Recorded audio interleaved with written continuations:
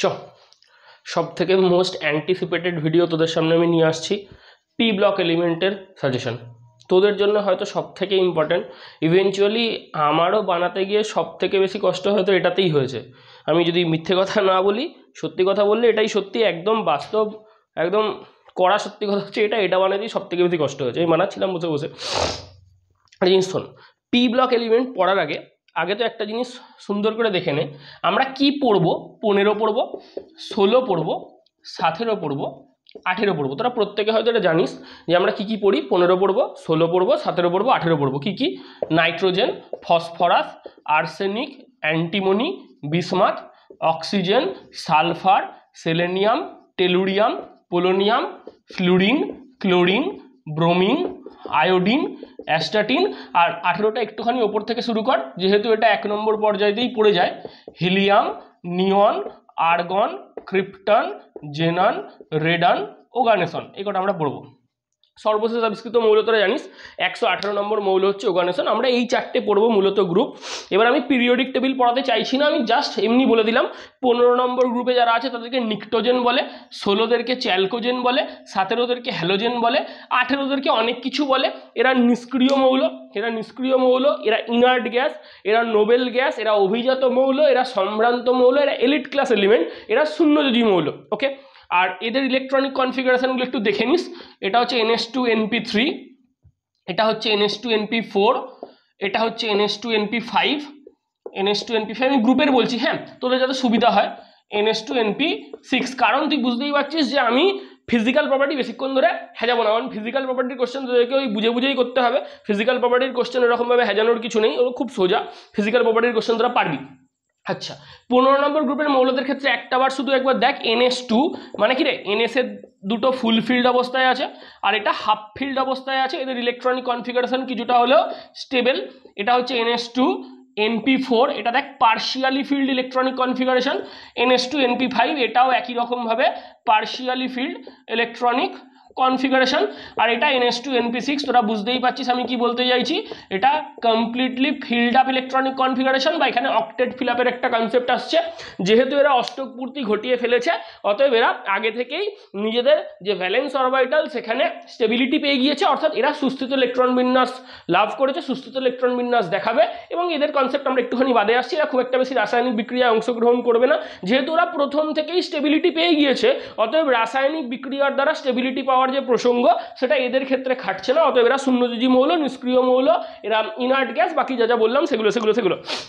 আচ্ছা, খুব ভালো কথা, এগুলো একটুখানি লিখে নে পটাপট করে। এবার দেখ, হ্যাঁ, ভালো করে পড়বি কিন্তু পি ব্লকটা, খুব ইম্পর্টেন্ট কিন্তু এটা। 8 নম্বর আসবে এবং মোটামুটি আমি চেষ্টা করবো 8টার মধ্যে 8টাই কমন দেওয়ার চেষ্টা আমি করব। এবার তোদের ভাগ্য, আমারও ভাগ্য, হয়তো এসে যাবে, আসা উচিত। দেখ ভালো করে, প্রথম আমরা কি পড়বো, 15 নম্বর গ্রুপ। একদম প্রথমে আমি তোদের সামনে কতগুলো জিনিস ক্রিস্টাল ক্লিয়ার করে দিচ্ছি, খুব ভালো করে এই কথাটা শুনবি আমি কি বলছি। Nitrogen, phosphorus, arsenic, antimony, bismuth, বা যারা আছে oxygen, sulphur, selenium, tellurium, polonium, বা fluorine, chlorine, bromine, iodine, astatine, বা যারা আছে, কিরে ওপর থেকে নিচের দিকে নামলে কি হয়, তোরা বলবি রেডিয়াস বাড়ে। একদম সিম্পলভাবে বুঝবি, হ্যাঁ, ওপর থেকে নিচের দিকে নামলে কি হয়, রেডিয়াস বাড়ে। রেডিয়াস যদি বাড়ে তাহলে outer most orbital electron nucleus থেকে ক্রমশ দূরবর্তী হবে। আউটার মোস্ট অরবিটাল ইলেকট্রন যদি নিউক্লিয়াস থেকে ক্রমশ দূরবর্তী হয়, তাহলে আউটার মোস্ট অরবিটাল ইলেকট্রনের প্রতি নিউক্লিয়াসের আকর্ষণ ক্রমশ কমবে, অর্থাৎ নিউক্লিয়াস আউটার মোস্ট অরবিটাল ইলেকট্রনকে বেশি মাত্রায় তীব্রভাবে আকর্ষণ করতে পারবে না। তাহলে সেই ইলেকট্রনটা সহজে বেরিয়ে যাবে। যদি সেই ইলেকট্রনটা সহজেই বেরিয়ে যায়, দুর্বলভাবে আবদ্ধ ইলেকট্রন হবে, তোরা বুঝতেই পারছিস। তো দুর্বলভাবে আবদ্ধ ইলেকট্রন যেহেতু সহজেই বেরিয়ে যাবে, সহজেই অপসারিত হবে, তাহলে সেই ইলেকট্রনকে বের করতে, সেই ইলেকট্রনকে নিষ্কাশন করতে প্রয়োজনীয় শক্তির পরিমাণ অপেক্ষাকৃত কম হবে, অর্থাৎ আইপি কমবে।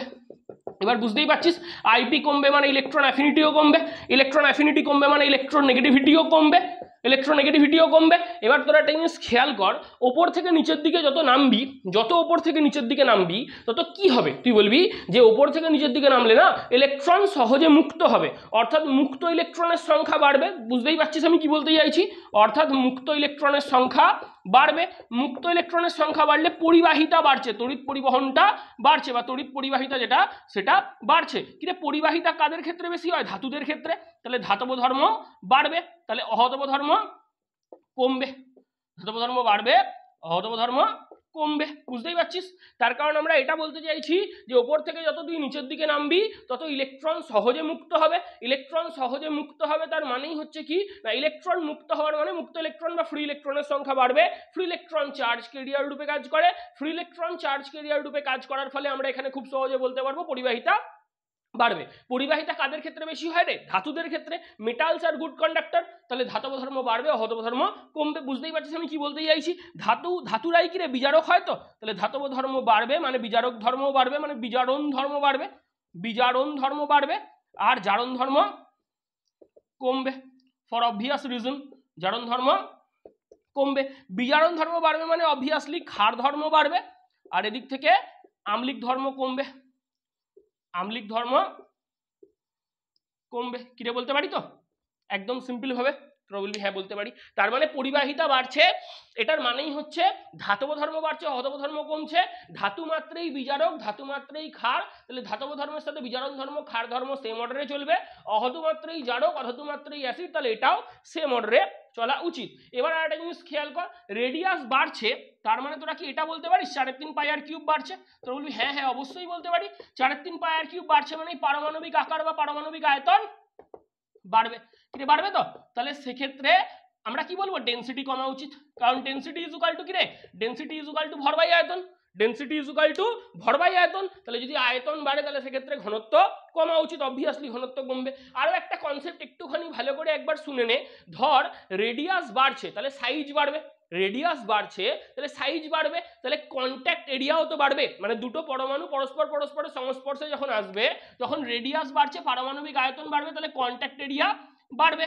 তো যেহেতু কন্ট্যাক্ট এরিয়া বাড়বে অর্থাৎ সেক্ষেত্রে মিউচুয়াল অ্যাট্রাকশন বা ভ্যান্ডারওয়াল ফোর্স বাড়া উচিত। ভ্যান্ডারওয়াল ফোর্স বাড়লে বয়লিং পয়েন্ট ও মেল্টিং পয়েন্টও বাড়া উচিত। হ্যাঁ, এবার কোথাও কোথাও এক্সেপশন আছে, সেই এক্সেপশনগুলো তোদেরকে পড়তে হবে। ইনঅর্গানিক কেমিস্ট্রিতে এক্সেপশন তো থাকবেই, এক্সেপশনগুলো তোরা পড়বি, আমি বলেও দেবো। কিন্তু ন্যাচারাল ট্রেন্ড এই কটা একটুখানি ভালো করে দেখে রাখিস। এটা শুধু 15 বলে নয়, 15, 16, 17, 18 সবার ক্ষেত্রে এই পার্টিকুলার কথাটা প্রত্যেকের জন্য প্রযোজ্য। ফিজিক্যাল প্রপার্টিটা আমি যাতে একটু তাড়াতাড়ি শেষ করতে পারি তাই একবারে এই ঝামেলাটা মিটিয়ে দিলাম। বা প্রথম আইপি, দ্বিতীয় আইপি, ইলেকট্রন অ্যাফিনিটি, ইলেকট্রন যে গ্রহণ এনথ্যালপি, সেগুলো বা তড়িৎ ঋণাত্মকতা, এই যে পুরো কনসেপ্টগুলো, এই কনসেপ্টগুলোর ক্ষেত্রে যে ফিজিক্যাল প্রপার্টি তাদের একটা ন্যাচারাল ট্রেন্ড হচ্ছে, এটা ন্যাচারাল ফিনোমিনন হচ্ছে, এটা হওয়া উচিত। কোথাও কোথাও এক্সেপশন থাকলে সেগুলো একটু আমি বলে দেবো। যাই হোক, বুঝলাম হ্যাঁ রে। তাহলে 15 ফিজিক্যাল প্রপার্টি থেকে আমি বেরোলাম। 15, 16, 17, 18 প্রত্যেকের ক্ষেত্রেই আমরা ফিজিক্যাল প্রপার্টিটাকে এরকমভাবে ন্যাচারাল ফিনোমিনা ট্রেন্ড অনুযায়ী পড়বো, অর্থাৎ প্রথমে এড়াবো ফিজিক্যাল প্রপার্টিকে। আচ্ছা চ, ফিজিক্যাল প্রপার্টি যদি হয়ে যায় এবার চ একটা একটা করে আমি বলতে শুরু করি। হ্যাঁ, 15টা আগে বলে নি। জারণ অবস্থাটা ভালো করে পড়বি, জারণ অবস্থাটা খুব ভালো করে পড়বি। মানে কারা পজিটিভ অক্সিডেশন স্টেট দেখাবে, কারা নেগেটিভ অক্সিডেশন স্টেট দেখাবে। সাপোজ ধর আমি তোকে একটা বেসিক এক্সাম্পল দিচ্ছি, এটা একদম বেসিক এক্সাম্পল দিচ্ছি, ভালো করে দেখ। ধর phosphorus 15, ground state electronic configuration কি?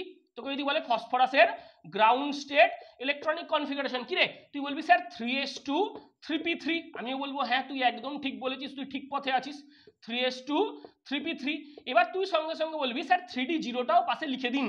আমি বলবো হ্যাঁ এটাতেও তুই একদম ঠিক দিকেই এগোচ্ছিস, কারণ আমরা এখান থেকে কি বলতে যাচ্ছি না, এখানে তো 3s এ দুটো ইলেকট্রন পেয়ার্ড আপ অবস্থায় আছে। তাহলে যদি আমি হালকা করে একটু এনার্জি দিয়ে এক্সাইটেড করি তাহলে p15 এক্সাইটেড স্টেট ইলেকট্রনিক কনফিগারেশনে গিয়ে আমরা কি দেখতে পাবো? তুই সঙ্গে সঙ্গে বলবি 3s এর দুটো ইলেকট্রন পেয়ার খুলবে, একটা হয়ে যাবে, দিয়ে এখানে যেমনকার তেমন 3টে ছিল 3টেই থাকবে, একটা ইলেকট্রন ডিতে শিফট হবে, একটা ইলেকট্রন ডিতে শিফট হবে। তো ভালো করে তুই একবার তাকা যে ফসফরাসের ক্ষেত্রে প্রথমটার ক্ষেত্রে মানে গ্রাউন্ড স্টেটে, দেখ ফসফরাসের ক্ষেত্রে একবার তাকা, ফসফরাসের ক্ষেত্রে ভূমি স্তরে বা গ্রাউন্ড স্টেটে আনপেয়ার্ড ইলেকট্রন কটা আছে? 3টে। আনপেয়ার ইলেকট্রন কটা আছে? 3টে। তাহলে কটা বন্ড হবে? 3টে। তাহলে ফসফরাস কত জারণ অবস্থা দেখাবে? +3। কত দেখাবে? +3। এখানে কটা আনপেয়ার ইলেকট্রন আছে? 5টা। এখানে কটা আনপেয়ার ইলেকট্রন আছে?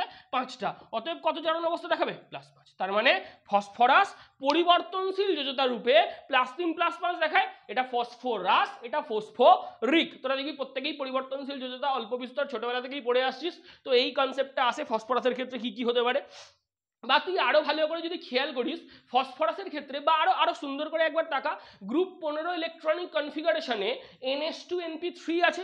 তাহলে 6টা ইলেকট্রন, ভালো করে বুঝবি আমি কি বলতে চাইছি, হ্যাঁ, যে এদের যারা গ্রুপ 15 এলিমেন্ট তাদের ইলেকট্রনিক কনফিগারেশন কি রে? NH2NP3, NH2NP3।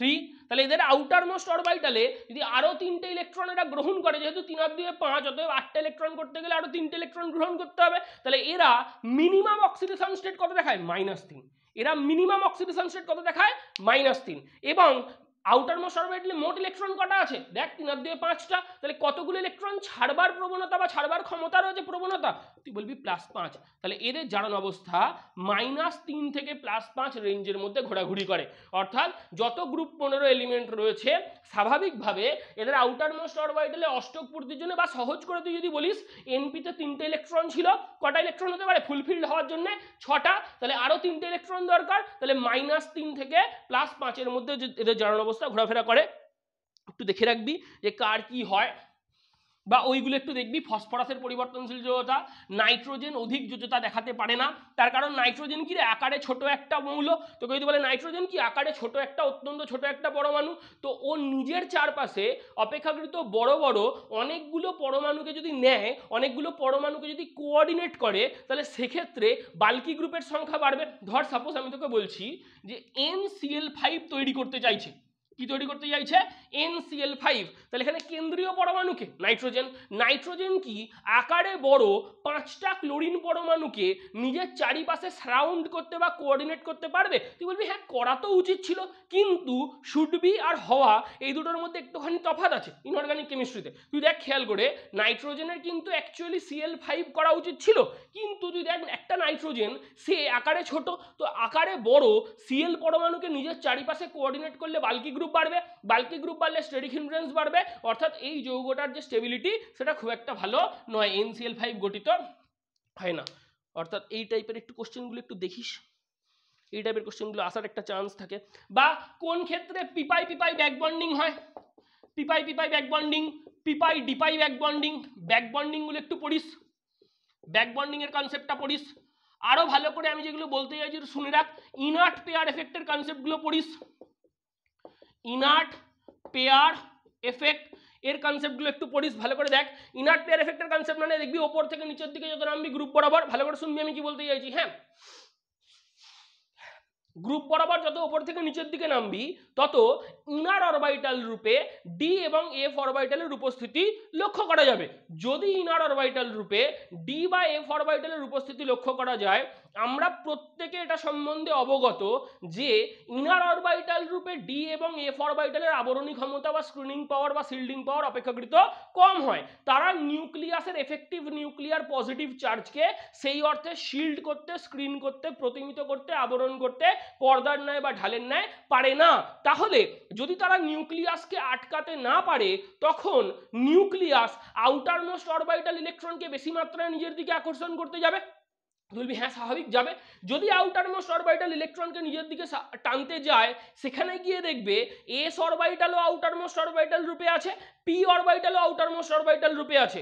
এস আর পি এর মধ্যে ভেদন ক্ষমতা কার বেশি?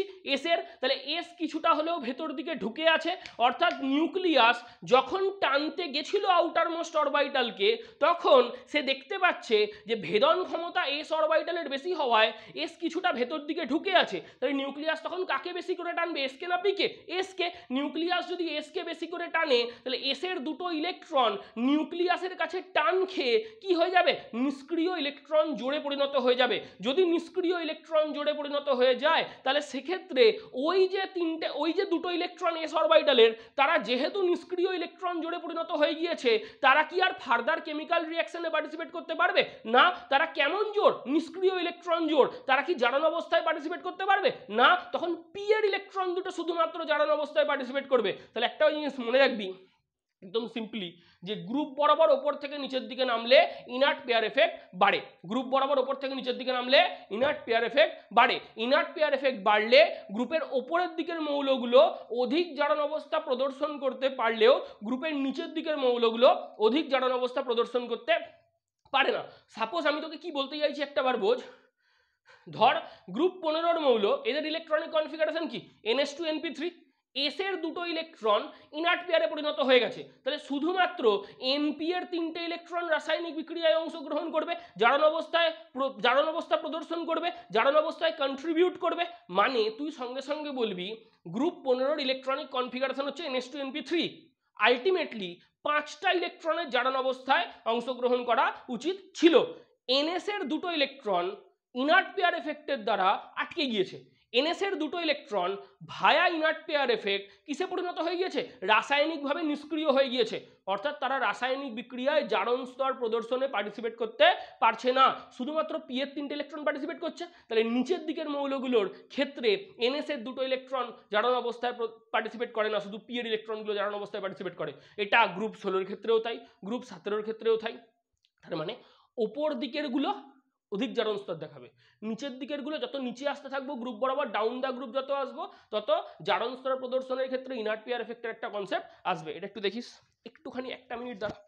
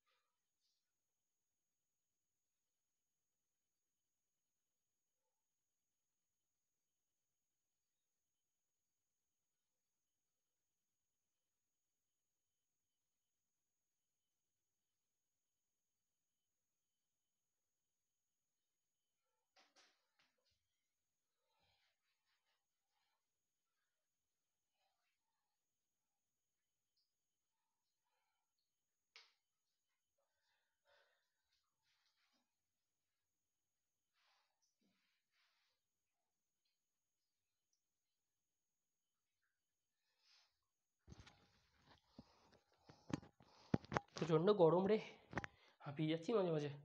তো ইনার্ট পেয়ার এফেক্টের কনসেপ্ট হলো, তোরা না একটু ভিডিওটাকে একটু এগিয়ে নিবি, যখনই আমি এরকম বলবো একটু দাঁড়া, তার মানে বুঝবি যে আমি ঘাম মুছতে গেছি। যখনই দেখিস যে আমি বলছি একটুখানি দাঁড়া, 2 মিনিট দাঁড়া, হয় জল খেতে গেছি নয় ঘাম ঠাম মুছতে গেছি, তোরা বেশি কিছু মনে করিস না, নিজের দাদা মনে কর, ঘরের ছেলের মতো, এবং ভিডিও দেখতে থাক। আর যখনই দেখবি আমি এটা বলছি তখনই তুই নিশ্চিন্তে 2 মিনিট এগিয়ে যা। তোদের সময়ের দাম আছে, এটা মনে রাখবি, বেশিক্ষণ সময় নষ্ট করবি না। আমিও চেষ্টা করবো না করার। তাহলে দেখ ইনার্ট পেয়ার এফেক্ট হলো, ইনার্ট পেয়ার এফেক্টের কোশ্চেন কিন্তু খুব ইম্পর্টেন্ট।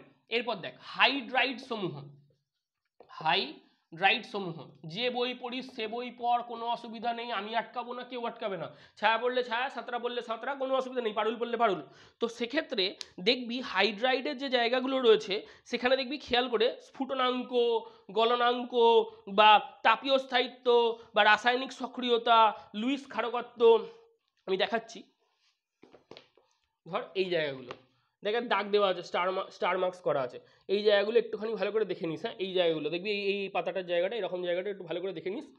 মানে আমি তোদেরকে কি বলতে চাইছি বলতো, আমি তোদেরকে খুব সহজে একটাই কথা বলতে চাইছি, বেশি চাপ খাস না, যে হাইড্রাইডগুলো রয়েছে তাদেরকে ওই স্ফুটনাঙ্ক, গলনাঙ্ক, তাপীয় স্থায়িত্ব, রাসায়নিক সক্রিয়তা, লুইস ক্ষারকত্ব, বিজারণ ধর্ম, তারপর হচ্ছে তোর আরও যদি দেখিস বন্ধন কোণ এইগুলো অনুযায়ী একটু সাজাতে দিতে পারে। কি কি আমি একবার বলে দিচ্ছি, এগুলো অর্ডার সাজাতে দেবে। হ্যাঁ, সেই ইনক্রিমেন্টাল অর্ডার ডিক্রিমেন্টাল অর্ডার যাই দিক না কেন, ঊর্ধ্বক্রমে সাজাতে দিই গধক্রমে সাজাতে দিই, কী কী দিতে পারে একবার শুধু শুনে নে।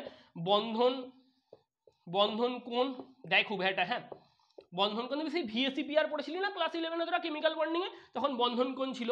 তারপর হচ্ছে বিপিএমপি, থার্মাল স্টেবিলিটি। এছাড়াও তোকে যদি বলে আরও জিনিসপত্র, তাপীয় স্থায়িত্ব বললাম, সক্রিয়তা, কেমিক্যাল রিঅ্যাক্টিভিটি,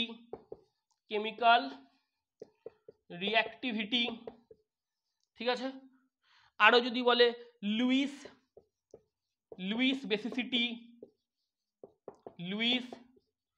বেসিসিটি, এটা অনুযায়ী একটু দেখিস। আরও যদি বলে জারণ ধর্ম বিজারণ ধর্ম, বা বিজারণ ধর্ম একটা করে পড়বি তাহলে দেখবি ঝামেলা তোর মিটে যাবে, বুঝলি তো। বিজারণ ধর্ম পড়লে জারণ ধর্ম পড়া হয়ে যাবে, লুইস বেসিসিটি বললে লুইস অ্যাসিডিটি পড়া হয়ে যাবে। তো এই জায়গাটা একটু ভালো করে পড়ে রাখিস, ঠিক আছে। আর সেমভাবে হাইড্রাইড সমূহ যেমন পড়ছিস তেমনভাবেই হ্যালাইড সমূহ, মানে গ্রুপ 15 মৌলগুলোর এই দুটো জায়গা কিন্তু খুব ইম্পর্টেন্ট, বুঝলি তো। এই দুটো জায়গা থেকে অর্ডার সাজাতে দিতে পারে, যে গ্রুপ 15 মৌলগুলোর যারা হাইড্রাইড আছে অ্যাজ ওয়েল অ্যাজ গ্রুপ 15 মৌলগুলোর যে হ্যালাইডগুলো আছে তাদের এই সেমই জিনিস এরও এটা সাজাতে দেয়, এরও এটা সাজাতে দিয়ে দেয় মাঝে মাঝে। হ্যাঁ, একটু দেখে রাখিস। আর একটা হেভি ইম্পর্টেন্ট পয়েন্ট, সেটা হচ্ছে আর্দ্র বিশ্লেষণ। এই পয়েন্টটা একটু খুব মনোযোগ দিয়ে পড়ে রাখিস। আমি হালকা করে একটুখানি ডিসকাস করে দিচ্ছি, তোরা পারবি, একটুখানি আমি ডিসকাস করে দিচ্ছি, হালকা করে শুনে রাখ। ধর যাদের ক্ষেত্রে যারা হাইড্রোলাইসিস হচ্ছে, ভালো করে শোন, যারা আর্দ্র বিশ্লেষিত হচ্ছে তার মানে তারা জলের সাথে যুক্ত হচ্ছে। যদি কেউ আর্দ্র বিশ্লেষিত হয় তার মানে আমাদের একটা স্বাভাবিক কনসেপ্ট, প্রাকৃতিক ন্যাচারাল কনসেপ্ট হচ্ছে এটা, একদম সিম্পল ধারণা যে সে জলের সাথে যুক্ত হচ্ছে। আলটিমেটলি কেউ জলের সাথে যুক্ত হচ্ছে মানে জলের কেন্দ্রীয় পরমাণু হচ্ছে অক্সিজেন, তো সেই অক্সিজেন পরমাণুর যে লোন পেয়ার ইলেকট্রন আছে সেই লোন পেয়ার ইলেকট্রনটা সে গ্রহণ করছে। অর্থাৎ আর্দ্র বিশ্লেষণ হওয়া মানে জলের সাথে যুক্ত হওয়া মানে জলের কেন্দ্রীয় পরমাণুরূপী অক্সিজেনের লোন পেয়ার ইলেকট্রনকে গ্রহণ করা। এবার তুই একটা জিনিস মনে মনে ভাব, যে কেউ যদি লোন পেয়ার ইলেকট্রনকে গ্রহণ করে তার মানে সেই লোন পেয়ার ইলেকট্রনকে রাখবার মতো ঘর তার কাছে আছে, অর্থাৎ তার কাছে ভ্যাকেন্ট ডি অরবিটাল বা ভ্যাকেন্ট অরবিটাল রয়েছে। অর্থাৎ আমি তোকে এটা বলতে চাইছি, আর্দ্র বিশ্লেষণ কথাটা তুই কানে শুনবি কিন্তু তোর মগজ বা সেন্ট্রাল নার্ভাস সিস্টেমে কি যাবে বলতো, তোর সেন্ট্রাল নার্ভাস সিস্টেমে যাবে যে আমাকে শোনানো হয়েছে আর্দ্র বিশ্লেষণ। তোর সিএনএস কি শুনতে পাচ্ছে, শুনতে পাচ্ছে যে ভ্যাকেন্ট ডি অরবিটাল আছে কি নেই। তার মানে আর্দ্র বিশ্লেষণের কোশ্চেনের উত্তর কি দিয়ে হবে, যে আর্দ্র বিশ্লেষিত হবে তার কাছে ভ্যাকেন্ট অরবিটাল, মূলত ভ্যাকেন্ট ডি অরবিটাল, আমি ব্র্যাকেটে লিখে দিচ্ছি, ভ্যাকেন্ট অরবিটাল মূলত ডি আছে। যদি থাকে তাহলে আর্দ্র বিশ্লেষণ হবে। একদম সিম্পল কথা, যে হয় কেন্দ্রীয় পরমাণু নয় প্রান্তীয় পরমাণুর। আমি আরো প্রমিনেন্টলি অ্যাকিউরেটলি এই কথাটাও বলে দিলাম, যদি দেখিস কাউকে বলে যে কেউ একজন আর্দ্র বিশ্লেষণ হচ্ছে বা হচ্ছে না, যদি কেউ হয় তাহলে সেই যে যৌগটা তার কেন্দ্রীয় পরমাণু central atom as well as terminal atom প্রান্তীয় পরমাণু যে কোনো কারুর না কারুর ভ্যাকেন্ট ডি অরবিটালের উপস্থিতি রয়েছে, তবেই সে আর্দ্র বিশ্লেষিত হচ্ছে। এই পয়েন্ট একটু পড়ে রাখিস। হ্যাঁ রে, আচ্ছা এবার যেটা বলবার, বুঝলাম এই জায়গাটাতে খুব ইম্পর্টেন্ট, এই অর্ডারগুলো সাজাতে দিয়ে দেয়, আর্দ্র বিশ্লেষণের ক্রমটাও সাজাতে দিতে পারে, এটা খুব ইম্পর্টেন্ট একটা জায়গা। হ্যাঁ, এখানটা ছেড়ে যাস না, এখানটা খুব ইম্পর্টেন্ট। আচ্ছা PCl5 PCl3 এগুলোর গঠন পঠনগুলো পড়িস, PCl5 PCl3, তারপর এটাকে ক্লোরিনেটিং এজেন্ট কেন বলে, ক্লোরিনেটিং এজেন্টে Cl2 দেয়, মানে মিডিয়ামে Cl2 দেয়, মিডিয়ামে Cl2 ছাড়ে, আবার উল্টো পাল্টা বলিস না, মিডিয়ামে কি করে এরা, মিডিয়ামে Cl2 ছাড়ে, তাই এটা কি, এটা হচ্ছে ক্লোরিনেটিং এজেন্ট, ঠিক আছে। এটা একটু পড়ে রাখিস, এটা একটু ইম্পর্টেন্ট আছে।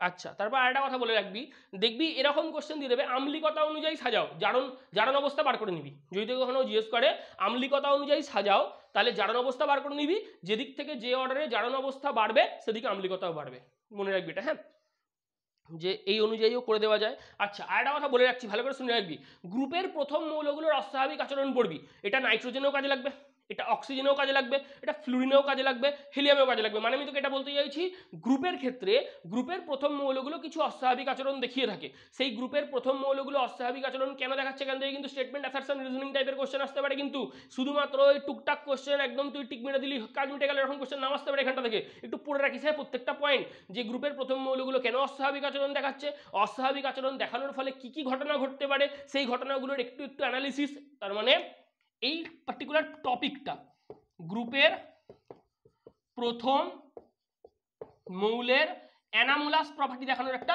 ধর্ম আছে, মৌলের অস্বাভাবিক আচরণ। এই টপিকটা একটু পড়িস হ্যাঁ, এই টপিকটা খুব খুব ইম্পর্টেন্ট, এই টপিকটা খুব ভালো ডিমান্ডে আছে, এই টপিক থেকে কোশ্চেন আসতে পারে। আচ্ছা খুব ভালো কথা, এটা দেখলি। আচ্ছা PCl5 কারেন্ট ক্যারি করে, হ্যাঁ PCl5 কি করে না কারেন্ট সাপ্লাই করে, তার মানে এই আয়ন তৈরি করে, সেই আয়নগুলো একটু পড়িস, মানে এর স্ব আয়নায়ন ঘটে, সেই স্ব আয়নায়ন বিক্রিয়াটা একটু দেখে রাখিস। আচ্ছা তোরা দেখবি পড়েছিলি অজৈব গ্রাফাইট, পড়েছিলি তো অজৈব বেঞ্জিন, সেই পড়েছিলি বোরন নাইট্রাইট, বোরাজিন, বোরাজল, ওগুলো একটুখানি পড়ে রাখিস আর একবার। আচ্ছা এবার পড়তে গিয়ে তোদেরকে নাইট্রোজেন পড়তে হবে। আমি বিশুদ্ধভাবে তোদের সামনে কতগুলো কথা রাখছি, আমি মানছি তোরা মাধ্যমিকে ভালো করে পড়ে এসেছিস, সেই মাধ্যমিকের ওই বইটা আছে না অজৈব রসায়নের, আমি বলছি না তোকে বইটা পড়তে, একদমই বলছি না। নাইট্রোজেন বলতে গিয়ে আমি সব তো পড়াতে পারবো না, বা সব তুই পড়বিও না, আমি কতগুলো কথা বলছি তুই কানে একদম সেই চোখ বন্ধ করে হেডফোন কানে নিয়ে শুনতে থাক। নাইট্রোজেনকে অ্যাজোট বলে, কি বলে নাইট্রোজেনকে অ্যাজোট বলে। দেখবি নাইট্রোজেনের যে প্রিপারেশনটা ছিল সেই অ্যামোনিয়াম নাইট্রাইট NH4NO2, সেখান থেকে NH4NO2কে সরাসরি উত্তপ্ত করে N2 প্রস্তুত করা যেত না, বিস্ফোরক পদার্থ, দুর্ঘটনা ঘটাতো, যেহেতু দুর্ঘটনা ঘটায় তাই জন্য আমরা NH4NO2কে সরাসরি উত্তপ্ত করি না, মিডিয়াম আগে তৈরি করে নিই। তো সেই রিয়াকশন ফিয়াকশন একটুখানি দেখে রাখিস, অত কিছু লাগবে না, ওসব কিছু পড়তেও হবে না, ওসব কিছু আসেও না। হেবার পদ্ধতিটা একটু পড়ে রাখিস, মানে N2+3H2 থেকে 2NH3 কি ব্যবহৃত হয়, মানে কোনটা কি অনুঘটক, কোনটা কি উদ্দীপক, কত degree centigrade temperature, optimum temperature কত, একটুখানি পড়ে রাখিস। এমন কিছু আসবে না, এটা হচ্ছে একটা হোমোজিনিয়াস রিয়াকশন। কেন N2+3H2 থেকে 2NH3 তৈরি হয়, মানে গ্যাসিয়াস মিডিয়ামে রিয়াকশন হচ্ছে, গ্যাসই উৎপন্ন হচ্ছে, অতএব হোমোজিনিয়াস একটা রিয়াকশন। হেবার পদ্ধতি পড়িস। নাইট্রোলিমটা একটু পড়ে রাখিস, নাইট্রোলিম কি করে প্রস্তুত করা হয়, কোত্থেকে প্রস্তুত করা হয়, নাইট্রোলিমের মধ্যে কি থাকে, নাইট্রোলিম কি রূপে ব্যবহৃত হয়, সার রূপে ব্যবহৃত হয়, নাইট্রোজেনকে শোষণ করে কে, সক্রিয় চারকোল দ্বারা নাইট্রোজেন শোষিত হয়। নাইট্রোজেন কি, নাইট্রোজেন হচ্ছে একটি নিষ্ক্রিয় পদার্থ, কেন ট্রিপল বন্ড তৈরি করে, যদি কেউ ট্রিপল বন্ডে যুক্ত থাকে তাহলে তাকে ভাঙতে গেলে বেশি শক্তি প্রয়োগ করতে হবে, অবভিয়াস রিজন। তাই এটা হচ্ছে একটা, দেখবি গ্যাস থার্মোমিটার বা বাল্বের মধ্যে ইউজ করা হয় নাইট্রোজেনকে, একটু পড়িস ওই জায়গাটা। নাইট্রোজেন চক্রের জায়গাটা একটু পড়িস, সেই দেখবি বিদ্যুৎ স্ফুলিঙ্গের সময় N2+O2 রিয়াকশন করে NO তৈরি করে, ওই NOটা আবার অক্সিজেনের সংস্পর্শে জারিত হয়ে NO2 তৈরি করে, ওই NO2টা জলের সংস্পর্শে এসে নাইট্রাস অ্যাসিড ও নাইট্রিক অ্যাসিড তৈরি করে, ওই নাইট্রিক অ্যাসিড আবার কি হয় না আমাদের যে ভূপৃষ্ঠে ক্যালসিয়াম কার্বনেট মার্বেল রয়েছে তার সাথে বিক্রিয়া করে ক্যালসিয়াম নাইট্রেট তৈরি করে, অর্থাৎ বায়ুমণ্ডলের নাইট্রোজেন ভূপ্রকৃতিতে নাইট্রেট লবণ রূপে সংবন্ধন ঘটে। এটা একটুখানি পড়ে রাখিস, নাইট্রোজেন চক্রের জায়গাটা, এগুলো তোরা পড়েছিস হয়তো কখনো না কখনো। এরপর অ্যামোনিয়াটা পড়িস। অ্যামোনিয়া আমি শুধু বলছি তুই শুনতে থাক, অ্যামোনিয়ার প্রিপারেশনটা পড়িস। অ্যামোনিয়াকে অ্যালকালাইন এয়ার বলা হয়, ক্ষারীয় বায়ু বলা হয়ে থাকে। অ্যামোনিয়ার প্রিপারেশনগুলো একটুখানি দেখিস, সেই দেখবি তোরা পড়েছিলি তোর কি বলে চিলি সল্টপিটার, নাইটার কার কি সংকেত, NNO3 কে চিলি সল্টপিটার বলে, KNO3 কে সোডা বা নাইটার বলে, একটু পড়িস। আচ্ছা তারপর হচ্ছে 35% যে অ্যামোনিয়ার জলীয় দ্রবণ তাকে আমরা কি বলি, লাইকার অ্যামোনিয়া বলি, এখানটা একটু পড়ে রাখতে পারিস, খুব ইম্পর্টেন্ট ওই জায়গাটা। বা কোল্ড স্টোরেজ থেকে অ্যামোনিয়া লিক করলে কি ঘটে, জল ছেটাতে হয়, কেন না অ্যামোনিয়া হাইড্রোজেন বন্ডিং এর দ্বারা জলের সাথে যুক্ত হয়, আমি পড়িয়েছিলাম NOF উইথ H অ্যাটম যদি থাকে তাহলে সেটা হচ্ছে হাইড্রোজেন বন্ডিং এর কন্ডিশন। অ্যামোনিয়াতে হাইড্রোজেন পরমাণু নাইট্রোজেনের সাথে যুক্ত আছে, আমরা কি জানি NOF উইথ H অ্যাটম, এটা হচ্ছে হাইড্রোজেন বন্ডিং এর কন্ডিশন। তাহলে সেক্ষেত্রে আমরা কি বলবো না, সেক্ষেত্রে অ্যামোনিয়া হাইড্রোজেন বন্ডিং এর দ্বারা জলের সাথে যুক্ত হয়, তোর চোখে মুখে যদি অ্যামোনিয়া ছিটিয়ে যায়, তুই জল স্প্রে করবি, ঠান্ডা জল স্প্রে করবি, তো ঠান্ডা জল কি করবে, অ্যামোনিয়াকে তোর চোখ মুখ থেকে বার করে নিয়ে আসবে। বা এলাকায় লোকালয়ে কি করতে হয়, ঠান্ডা জল স্প্রে করতে হয়, হ্যান ত্যান এসব নিয়ে হেজানোর কোনো দরকার নেই। একটা রিয়াকশন তোরা পড়েছিলি দেখবি 4NH3+5O2 যে রিয়াকশনটা ছিল সেই সংস্পর্শকাল 1/1000 সেকেন্ড, ওই রিয়াকশনটা একটু পড়ে রাখিস। মানে আমি কিছু বলছি না, অসওয়াল্ড পদ্ধতির প্রথম ধাপের বিক্রিয়াটা একটু পড়ে রাখিস। আচ্ছা খুব ভালো কথা। তারপর দেখবি পড়েছিলি যে অ্যামোনিয়াতে হাইড্রোজেন আছে কি করে প্রমাণ করবে, অ্যামোনিয়াতে নাইট্রোজেন আছে কি করে প্রমাণ করবে, এই রিয়াকশনগুলো একটু পড়িস। কোনগুলো, অ্যামোনিয়াতে হাইড্রোজেন হাইড্রোজেন আছে মানে Na প্লাস NH3 মানে সোডিয়ামের সাথে অ্যামোনিয়ার বিক্রিয়া, NaNH2 বা সোডামাইড উৎপন্ন হয়েছিল প্লাস হাইড্রোজেন গ্যাস উৎপন্ন হয়েছিল। তো হাইড্রোজেনটা কোত্থেকে এসেছিল? অ্যামোনিয়ার থেকে এসেছিল, এটা একটু পড়িস। এছাড়াও তোকে দেখবি তোরা দেখবি পড়েছিলি কপার অক্সাইডের সাথে অ্যামোনিয়ার বিক্রিয়ায় নাইট্রোজেন উৎপন্ন হয়, অর্থাৎ অ্যামোনিয়ার মধ্যে নাইট্রোজেন আছে, অর্থাৎ copper oxide CuO plus NH3 যে বিক্রিয়াটা সেখান থেকে N2 উৎপন্ন হতো, অর্থাৎ কপার অক্সাইডের সাথে অ্যামোনিয়ার বিক্রিয়ায় নাইট্রোজেন গ্যাস উৎপন্ন হয়। এই যে জিনিসটা, তার মানে এখানে অ্যামোনিয়ার মধ্যে নাইট্রোজেন আছে, অ্যামোনিয়ার মধ্যে হাইড্রোজেন আছে, আমরা কি করে বলবো 2Na প্লাস 2NH3 থেকে 2NH2 প্লাস হাইড্রোজেন মানে সোডিয়ামের সাথে ধাতব সোডিয়ামের সাথে অ্যামোনিয়ার বিক্রিয়া, সোডামাইড উৎপন্ন হয়েছিল, তার পাশাপাশি হাইড্রোজেন গ্যাস উৎপন্ন হয়েছিল। একটু পড়ি সেই রিঅ্যাকশনগুলো, সব থেকে ইম্পর্টেন্ট জায়গা, আমি খুব ভালো করে এই জিনিসটা তোদেরকে একবার বলেছিলাম, একটাবার শুনে রেখে দে। চাপ করছে পড়ুক, কিছু করার নেই, তাড়াতাড়ি টানি। NH3 প্লাস Cl2 একবার হচ্ছে এটা অতিরিক্ত, এটা অল্প, এটা এটা একবার পড়িস। আর একবার হচ্ছে NH3 প্লাস Cl2 এটা অল্প, এটা অতিরিক্ত। তুই এটা গ্যারেন্টি নিয়ে যা, এটা আসার চান্স অন্তত 80 থেকে 90%, যে কোনো একটা আসবে এমসিকিউ আকারে, একটু দেখে রাখিস যে NH3 প্লাস Cl2 এটা হলে কি হয়, এটা হলে কি হয়, রিঅ্যাকশন দুটো একটু ভালো করে পড়ে রাখিস। আচ্ছা, খুব ভালো কথা, এগোচ্ছি। হ্যাঁ, আচ্ছা, এখান থেকে আর কি পড়বি, ইউরিয়া শিল্পোৎপাদনের জায়গাটা একবার পড়ে রাখিস, মানে ইন্টারমিডিয়েট রূপে সেই অ্যামোনিয়াম কার্বামেট উৎপন্ন হয়, ওটা একটুখানি যৌগটার সংকেতটা একটুখানি মুখস্থ রাখিস। আর কি পড়বি, দেখবি তোরা পড়েছিলি ছোটবেলায় স্মেলিং সল্ট কাকে বলে, ওটা একটু পড়িস।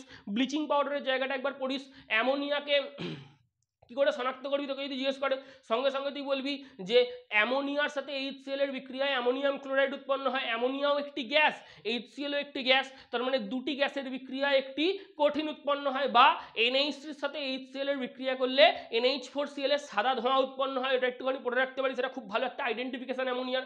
এছাড়াও তোরা এটা বলতে পারিস যে বায়ুমণ্ডলে থাকা অতিরিক্ত পরিমাণ বায়ুর মধ্যে অল্প পরিমাণ অ্যামোনিয়াকে শনাক্ত করতে কি ইউজ করবো, নেসলার বিকারক potassium mercuric iodide K2HgI4 use করবো। K2HgI4 বা পটাশিয়াম মার্কিউরিক আয়োডাইড বায়ুমণ্ডলে থাকা অল্প পরিমাণ অ্যামোনিয়াকে খুব সহজে আমাদের সামনে শনাক্ত করে দেবে, কি দেবে, মিলন্স বেস তৈরি করবে, তামাটে বাদামি বর্ণের একটা মিলন্স বেস তৈরি হয়, ওটা একটু পড়ে রাখিস, খুব ইম্পর্টেন্ট একটা জায়গা। ইউরিয়া শিল্পোৎপাদন তো বললাম, এছাড়াও দেখবি মনে মনে একটুখানি ভেবে নে যে সেই দেখবি ছোটবেলায় পড়েছিলি অ্যালুমিনিয়াম ক্লোরাইড, ফেরিক ক্লোরাইড, তারপর হচ্ছে ক্রোমিয়াম ক্লোরাইড, কপার ক্লোরাইড, এরা প্রত্যেকে অ্যামোনিয়ার যে জলীয় দ্রবণ, মানে অ্যামোনিয়াম হাইড্রক্সাইড, মানে aluminium chloride, ferric chloride, copper chloride, chromium chloride, এরা প্রত্যেকে অ্যামোনিয়ার জলীয় দ্রবণ অর্থাৎ অ্যামোনিয়াম হাইড্রক্সাইডের সাথে বিক্রিয়া করে একটা অধক্ষেপ তৈরি করে। দেখবি aluminium hydroxide, ferric hydroxide, copper hydroxide, chromium hydroxide এগুলোর অধক্ষেপ তৈরি করে, অর্থাৎ অ্যামোনিয়ার জলীয় দ্রবণ বা অ্যামোনিয়াম হাইড্রক্সাইডের দ্বারা আমরা বিভিন্ন ধাতব লবণকে শনাক্তকরণ করতে পারি, বা যেটা বেসিক র্যাডিক্যাল তাদেরকে আমরা শনাক্তকরণ করতে পারি। ওই জায়গাটা একটু পড়ে রাখিস, এই জায়গাটা ইম্পর্টেন্ট আছে। আচ্ছা, এটা একটু পড়িস। আচ্ছা, অক্সাইডের মধ্যে N2O লাফিং গ্যাসটা একটু ভালো করে পড়িস, NO নাইট্রিক অক্সাইডটা ভালো করে পড়িস। আমি কতগুলো জিনিস বলছি শুনে রাখ। N2O বা যেটা লাফিং গ্যাস, এ হচ্ছে আমাদের যে দন্ত চিকিৎসা, শল্য চিকিৎসা, সেখানে চেতনানাশক রূপে ব্যবহার করা হয়, ঠিক আছে। NO নাইট্রিক অক্সাইড, এটা কি করা হয়, FeSO4 এর জলীয় দ্রবণে এটি শোষিত হয়ে বাদামি বর্ণের যৌগ গঠন করে, মনে রাখবি। আর NO এটা কি করে, দেখবি তুই ছোটবেলায় পড়েছিলি বলয় পরীক্ষা, সেই বলয় পরীক্ষায় এটা নাইট্রোসিল মূলক রূপে কাজ করে, মনে রাখিস কি রূপে কাজ করে, বলয় পরীক্ষায় নাইট্রোসিল মূলক রূপে কাজ করে। এছাড়া N2O3 যখন পড়বি মনে রাখবি, হ্যাঁ যেগুলো বলছি একটু মনে রাখিস। N2O3 কি না, এটা জলে দ্রবীভূত হয়ে কি তৈরি করে, নাইট্রাস অ্যাসিড গঠন করে। তাই এটা কি না, এটা হচ্ছে HNO2 অ্যানহাইড্রাইড বলা হয়, মনে রাখবি। N2O3 এটা HNO2 এর অ্যানহাইড্রাইড, এর অ্যানহাইড্রাইড, এরকম কোশ্চেন খুব আসে, বুঝলি তো কোশ্চেন ব্যাংকে, যে N2O3 কি করে, মনে রাখবি আমি কি বলতে চাইছি। N2O3 কি করে না, জলে দ্রবীভূত হয়ে নাইট্রাস অ্যাসিড গঠন করে, তাই জন্য এটা নাইট্রাস অ্যাসিডের অ্যানহাইড্রাইড। আমি তোকে বলছি কোন জায়গাটা বলছি, একবার দেখে রাখ, পারলে সেরকম হলে স্ক্রিনশট তুলে রাখ। দেখ এই জায়গাগুলো আমি বলছি, এই জায়গাগুলো দেখ একদম সুন্দর করে করে দেওয়া আছে, এই জায়গাটা বলছি। আমার কাছে 7টার বই আছে, আমি 7টার বই অনুযায়ী বলছি। আচ্ছা, এটা একটু পড়ে রাখিস। এছাড়া আর কি পড়বি, যে NO2 যে জায়গাটা, এটা NO2 হচ্ছে একটা বাদামি বর্ণের গ্যাস, তোরা প্রত্যেকে জানিস যে নাইট্রোজেন ডাইঅক্সাইড হচ্ছে একটা বাদামি বর্ণের গ্যাস। NO2 কি, NO2 হচ্ছে HNO2 আর HNO3, এই দুই প্রকার অ্যাসিডই এখান থেকে উৎপন্ন হয়, মিশ্র নিরোধক বলে, মনে রাখবি। হ্যাঁ, NO2 কে কি বলে, মিশ্র নিরোধক বলে, কি বলে, মিশ্র নিরোধক, কি বলে, মিশ্র নিরোধক বলা হয়ে থাকে, কি বলা হয়ে থাকে, মিশ্র নিরোধক বলা হয়ে থাকে। কাকে না NO2 কে মিশ্র নিরোধক বলা হয়ে থাকে, একটুখানি পড়ে রাখিস। আচ্ছা N2O4 এটা মনে রাখবি, হ্যাঁ এটা ডায়াম্যাগনেটিক। N2O4 এর মধ্যে এমালের মধ্যে কোনো আনপেয়ার ইলেকট্রন নেই, এটা কি, এটা হচ্ছে ম্যাগনেটিক রূপে কাজ করে। আর কি পড়ে রাখবি N2O5, N2O5, N2O5 এটা কি, এটা হচ্ছে HNO3 এর নিরোধক, এটা হচ্ছে HNO3 এর নিরোধক, এটা HNO2 এর নিরোধক, এটা HNO3 এর নিরোধক। এরকম কোশ্চেন কিন্তু আসে, হ্যাঁ যে কোনটা কি, তাহলে কি কি পড়লি, এটা এটা এগুলো একটু একটু পড়ে রাখিস, যেগুলো এগুলো বললাম। একবার ভিডিওটাকে পেছনে নিয়ে গিয়ে একবার করে রিপিট করে নে, কাজে লেগে যাবে। আচ্ছা অসওয়াল্ড পদ্ধতিটা খুব ভালো করে পড়বি, অসওয়াল্ড পদ্ধতির প্রত্যেকটা স্টেপ, 3টে স্টেপই খুব ভালো করে পড়বি। ফার্স্ট স্টেপে নাইট্রিক অক্সাইড তৈরি হবে, তারপর নাইট্রোজেন ডাইঅক্সাইড তৈরি হবে, তারপর নাইট্রিক অ্যাসিড তৈরি হবে। মনে রাখবি ধূমায়মান নাইট্রিক অ্যাসিড কাকে বলে, ধূমায়মান নাইট্রিক অ্যাসিড বা ফিউমারাস নাইট্রিক অ্যাসিড থেকে কোন গ্যাস বেরোয়, বাদায়ুমানের নাইট্রোজেন ডাইঅক্সাইড গ্যাস বেরোয়। 68% ভর হিসেবে নাইট্রিক অ্যাসিড থাকে ধূমায়মান নাইট্রিক অ্যাসিডের মধ্যে, একটু পড়ে রাখিস। নাইট্রিক অ্যাসিড ত্বকের সংস্পর্শে আসলে হলুদ হয়ে যায়, জ্যান্থো প্রোটিন তৈরি করে, একটুখানি এগুলো মনে রাখিস। নাইট্রিক অ্যাসিডকে বলা হয়ে থাকে তোরা অ্যাকোয়া ফর্টিস বা তেজি জল বলা হয়ে থাকে, ঠিক আছে, এটা একটু মনে রাখিস। আচ্ছা অম্লরাজটা একটু পড়ে রাখিস, 3 আয়তন HCl 1 আয়তন HNO3 মিশ্রণকে অম্লরাজ বা অ্যাকোয়ারিজিয়া বলা হয়। বর ধাতুদেরকে গলাতে সাহায্য করে অম্লরাজ বা অ্যাকোয়ারিজিয়া। আচ্ছা এছাড়াও আরো কি পড়বি, দেখ নাইট্রোজেনের পোর্শন পুরোপুরি শেষ করে দিয়েছি। ফসফরাসের জায়গাটা একটু পড়বি, ফসফরাসের প্রতিপ্রভা বা ফসফরাসের অনুপ্রভা কাকে বলে, খুব ইম্পর্টেন্ট, হ্যাঁ ফসফরাসের প্রতিপ্রভা বা ফসফরাসের অনুপ্রভা কাকে বলে। আচ্ছা আরেকটা জায়গা একটুখানি দেখিয়ে দিচ্ছি, দেখ এই যে বিক্রিয়াটা আছে ক্ষারের সঙ্গে বিক্রিয়া বিজারণ ধর্ম, এই জায়গাটা একটু দেখে রাখ ভালো করে, এই জায়গাটার কথা বলছি, এই জায়গাটা একটুখানি স্ক্রিনশট তুলে রাখ, এই জায়গাটা, এই রিঅ্যাকশনটা একটু পড়ে রাখিস ফসফরাসের দিক থেকে। আচ্ছা খুব ভালো কথা, একটু স্ক্রিনশট নিয়ে নিস, হ্যাঁ। আচ্ছা লাল ফসফরাস সাদা ফসফরাসের মধ্যে পার্থক্য খুব ভালো করে পড়বি, খুব ইম্পর্টেন্ট এটা, হ্যাঁ। আর কালো ফসফরাস অর্ধপরিবাহী রূপে ব্যবহৃত হয়, এটা একটু পড়ে রাখিস। আচ্ছা আর কতগুলো কোশ্চেন আমি বলছি শুনে রাখ। দেশলাই শিল্পে লাল ফসফরাস প্রচুর ব্যবহার করা হয়, তাই দেশলাইতে P4 মনে রাখবি P4S3 থাকে, কি থাকে P4S3 দেশলাইতে থাকে। আচ্ছা আমি একবার দেখিয়ে দিই, তো ঝামেলা মিটে যাবে, লেটা চুকে যাবে, বেশি ঝামেলা করে লাভ নেই, বহুতই জ্বালাতনের জিনিস সব। এই যে এইখানে যতগুলো দাগ দেওয়া আছে এই পাতাটাতে, এই পাতাটার দাগ দেওয়া জিনিসগুলো একটু স্ক্রিনশট তুলে নে, লাল ফসফরাস এর পার্থক্যটা এই জায়গাটা ভালো করে একটুখানি দেখে নে, মনে হচ্ছে ক্লিয়ার হচ্ছে, একটুখানি দেখে নে। আচ্ছা খুব ভালো কথা, ফসি জ কাকে বলে একটু পড়ে নিবি, আমি তোদেরকে দেখিয়ে দিলাম, তোরা একটু স্ক্রিনশটটা তুলে নিয়েছিস আশা করছি। আচ্ছা ফসফর ব্রোঞ্জ কাকে বলে, ইঁদুর মারার বিষের মধ্যে কি থাকে, Zn3P2 জিঙ্ক ফসফাইড থাকে। সাদা ফসফরাস লাল ফসফরাসের মধ্যে পার্থক্যটা একটু পড়ে রাখবি। ফসি জ বললাম, ফসি জটা একটু ভালো করে পড়ে রাখিস। আচ্ছা ফসফরাসে হোম সিগন্যালটা একটু ভালো করে পড়ে রাখবি, হোম সিগন্যাল যেগুলো বলছি সব বইয়ের মধ্যে আছে, দেখবি হোম সিগন্যালটা একটু ভালো করে পড়ে রাখবি। আচ্ছা আর সেরকম বলতে গেলে আর একটা জিনিস মনে রাখবি, আমি যেগুলো বলছি যতগুলো VACPR এর সাহায্যে ছবি আঁকা যায় না, মাঝে মাঝে দিয়ে দেয় গঠনাকৃতি, ওগুলো একটু গঠনগুলো একটু দেখে রাখিস, আসতে পারে। আচ্ছা যেটা বলার, এই ছবি কটা একটু দেখে নে, দাঁড়া এঁকে লাভ নেই, এই ছবি কটা, এই যে ছবি কটা আছে, এই যে ছবি কটা আছে, এই ছবি কটা একটু দেখে নে, এই ছবি কটা একটু দেখে নে, ঠিক আছে দেখে নিয়েছিস, অবশ্যই দেখে নিয়েছিস। আচ্ছা এবার শোন, যদি দেখে নিয়ে থাকিস তাহলে স্ক্রিনশট তুলে নে একবারে, তারপর আমি বলছি শোন। এখান থেকে একটা কোশ্চেন আসতে পারে যে কোন অ্যাসিডে PP বন্ধন আছে, PP বন্ধন আছে, মনে রাখবি হাইপোফসফরিক অ্যাসিডে।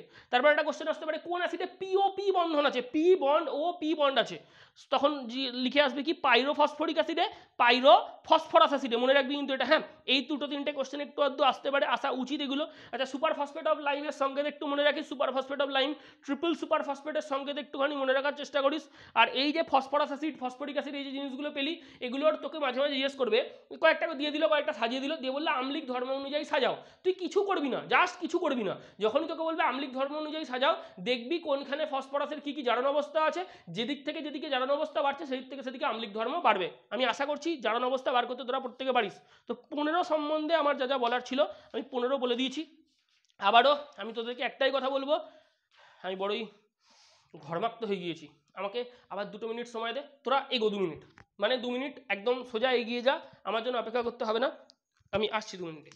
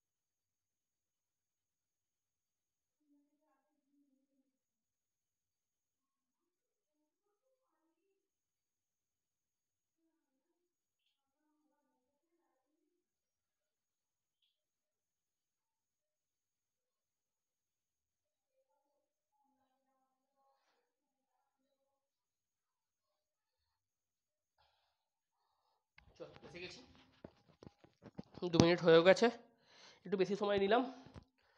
16টা বলি, 15 হয়ে গেছে। 16টা 17টাই যা একটু সময় লাগবে, 18তে তো সেরকম কিছু নেই। এইটা কিন্তু পুরোটা পড়বি, এটা একটু বড় হবে, কিছু করার নেই, বুঝতেই পারছিস যে সাঁতরার বই থেকে সাজেশন বানানো, যে কোনো বই থেকেই সাজেশন বানাও, পি ব্লকের 1-1.5 ঘন্টা তো লাগবেই, চাপ নেই।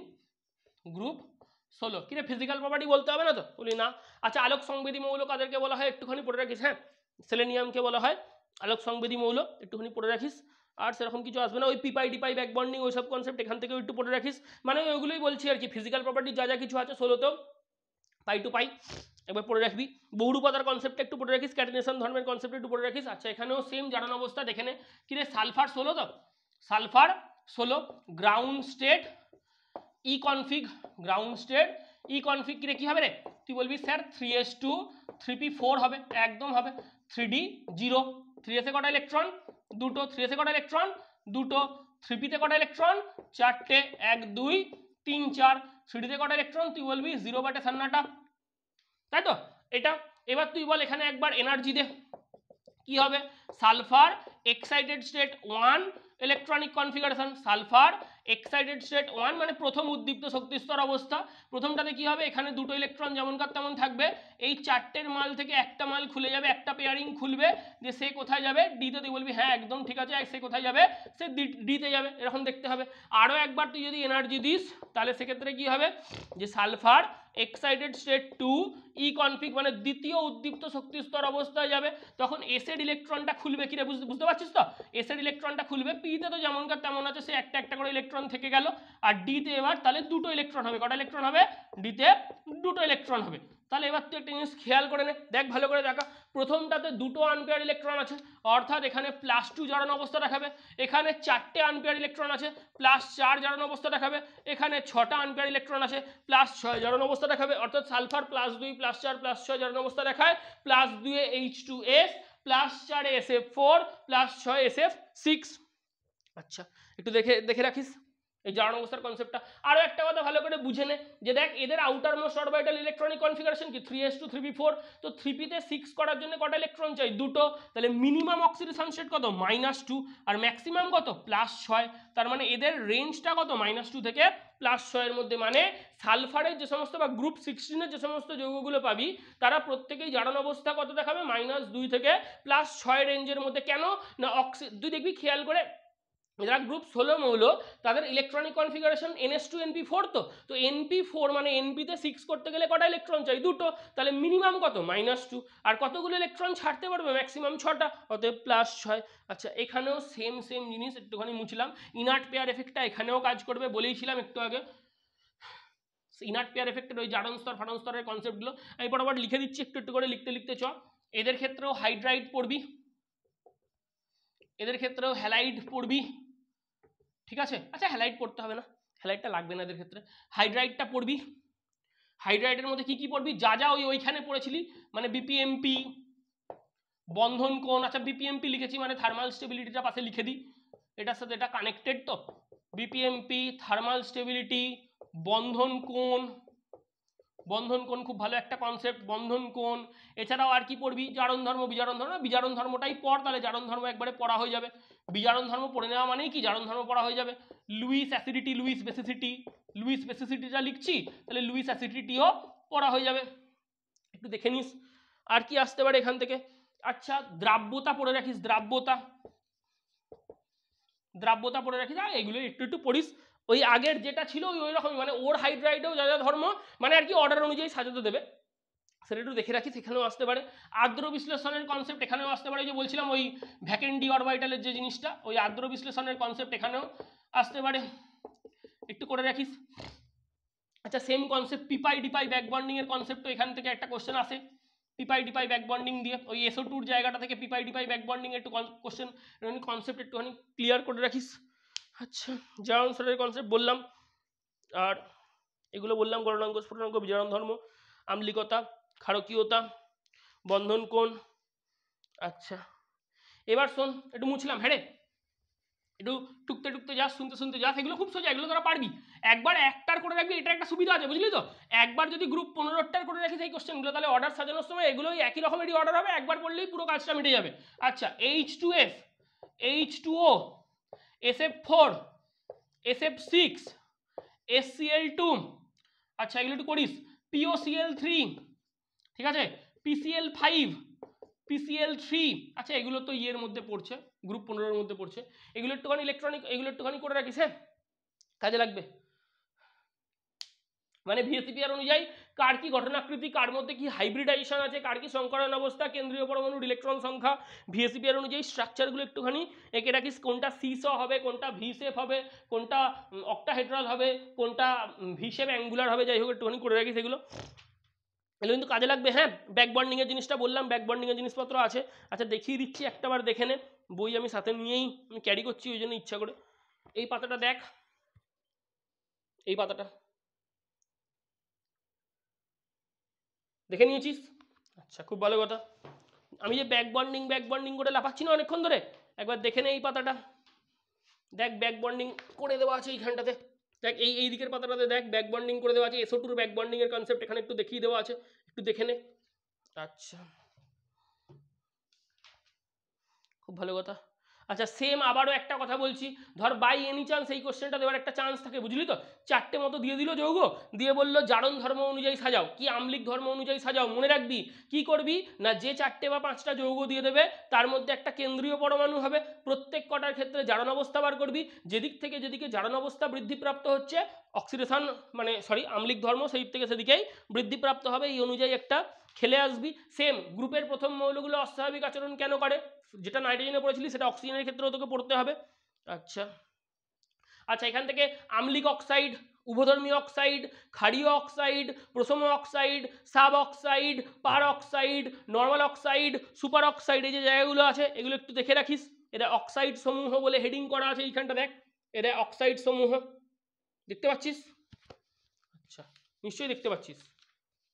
আচ্ছা এই দিকটা দেখে নে, এদের অক্সাইড ফক্সাইড এখানে সব কিছু করে দেওয়া আছে এখানে এই জায়গাটাতে। দেখ অক্সাইডের জায়গাটা, উদাহরণগুলো পড়বি কোনটা কি কি অক্সাইড, একটু দেখে নে এই জায়গাগুলো। মানে আমি এই জায়গাটার কথা বললাম, একটু দেখে রাখিস এই জায়গাটা।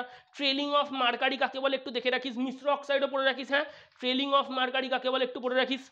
আচ্ছা একটা কোশ্চেন বলে দিচ্ছি, ভালো করে মনে রাখবি, হ্যাঁ, মাথার মধ্যে। SO2 এর বিরঞ্জন ধর্ম আর হচ্ছে তোর ইয়ের বিরঞ্জন ধর্ম, একটা হচ্ছে SO2 এর বিরঞ্জন ধর্ম একটুখানি পড়িস, আর Cl2 এর বিরঞ্জন ধর্ম, এই দুটোর বিরঞ্জন ধর্ম একটু পড়ে রাখিস। কোনটা স্থায়ী বিরঞ্জন, কোনটা অস্থায়ী বিরঞ্জন, হ্যান যা যা কিছু আছে একটু পড়বি। কোনটা জারণের সাহায্যে বিরঞ্জন, কোনটা বিজারণের সাহায্যে বিরঞ্জন, সেগুলো একটু দেখে রাখিস। মানে বিরঞ্জন থেকে একটা কোশ্চেন আসবে কিন্তু, হ্যাঁ, আমি একদম আমার দিক থেকে আমি ক্লিয়ার হয়ে যাই। বিরঞ্জন ধর্ম খুব ভালো করে পড়ে রাখবি, বিরঞ্জন ধর্ম খুব খুব খুব খুব খুব ভালো করে পড়ে রাখবি।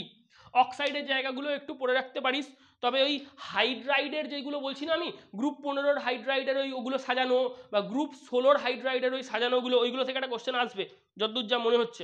বা ওই স্ট্রাকচার থেকে একটা কোশ্চেন আসবে, কোনো একটা দিয়ে দেবে যে এটা কোনটি স্ট্রাকচার অমুক, কোনটির মধ্যে কি সংকরায়ন অবস্থা রয়েছে, কোনটির কেন্দ্রীয় পরমাণু sp3d-তে আছে, কোনটির কেন্দ্রীয় পরমাণু sp3-তে আছে, কোনটির কেন্দ্রীয় পরমাণু sp2-তে আছে, এরকম টাইপের একটা কোশ্চেন এখান থেকে আসা উচিত। আচ্ছা তা এনানসিওট্রপি কাকে বলে একটু পড়ে রাখিস, এনানসিওট্রপি কাকে বলে। আচ্ছা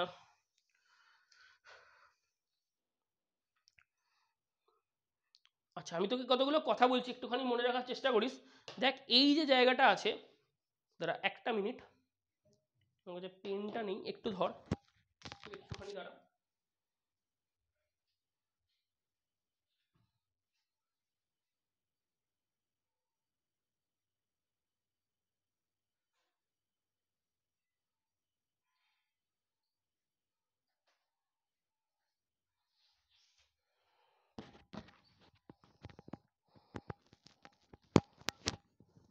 একটুখানি ধর।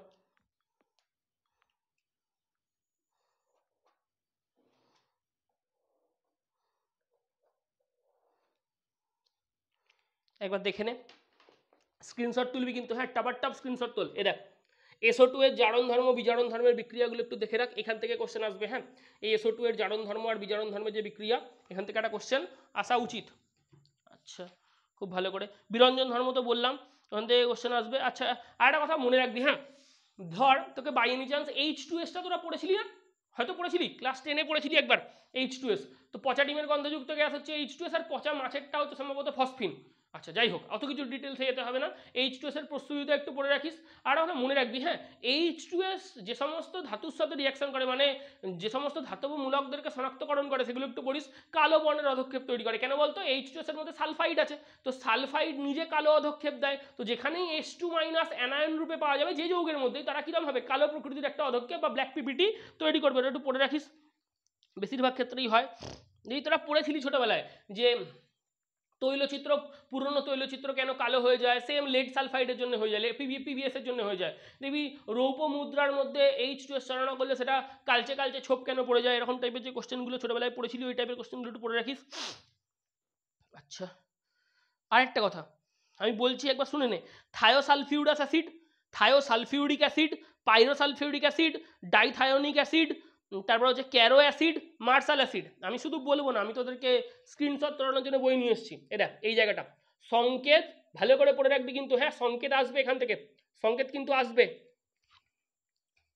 আচ্ছা ক্যারো আর মার্শালটা পড়ে রাখিস। আচ্ছা স্পর্শ পদ্ধতি খুব ভালো করে পড়বি, অসল পদ্ধতি খুব ভালো করে পড়বি, লেবলাং পদ্ধতি খুব ভালো করে পড়ে রাখবি, হ্যাঁ। ওই ওলিয়াম কাকে বলে, সালফান কাকে বলে, 98% H2SO4 কাকে বলে, বা ধুমায়মান সালফিউরিক অ্যাসিড কাকে বলে, কোন গ্যাস বেরোয়, সালফার ডাইঅক্সাইড বেরোয়, বা ওটাকে পাইরোসালফিউরিক অ্যাসিড বলে, হ্যান ওই সমস্ত জিনিসপত্রগুলো ভ্যানাডিয়াম পেন্টক্সাইড অনুঘটকের উপস্থিতিতে ঘটানো হয়, ওই জিনিসগুলো একটু পড়ে রাখিস। আর সেখান থেকে আর সেরকম কিছু নেই, অক্সিজেনের কনসেপ্ট শেষ করে দিয়েছি, বুঝলি? তার মানে গ্রুপ 16 শেষ হয়ে গেছে, 17টা বলছি, 16 শেষ, হ্যাঁ, 17তে আয়।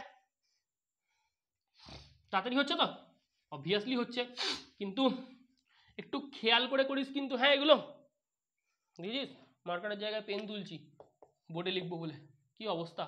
তো 17 যখন করবি, 17-র ক্ষেত্রেও কি করবি? ফিজিক্যাল প্রপার্টি হয়ে গেছে, ফিজিক্যাল প্রপার্টি যেই আসবে সেই বলি ফিজিক্যাল প্রপার্টি হয়ে গেছে, ফিজিক্যাল প্রপার্টি নিয়ে বেশি ঝামেলা করবি না। তবে ভালো করে একটু পড়ে রাখিস, হ্যাঁ, একটা জিনিস মনে রাখবি, কার ইলেকট্রন অ্যাফিনিটি বেশি? ক্লোরিনের ইলেকট্রন অ্যাফিনিটি কিন্তু বেশি, কারণ ফ্লুরিনের আকার অত্যন্ত ছোট।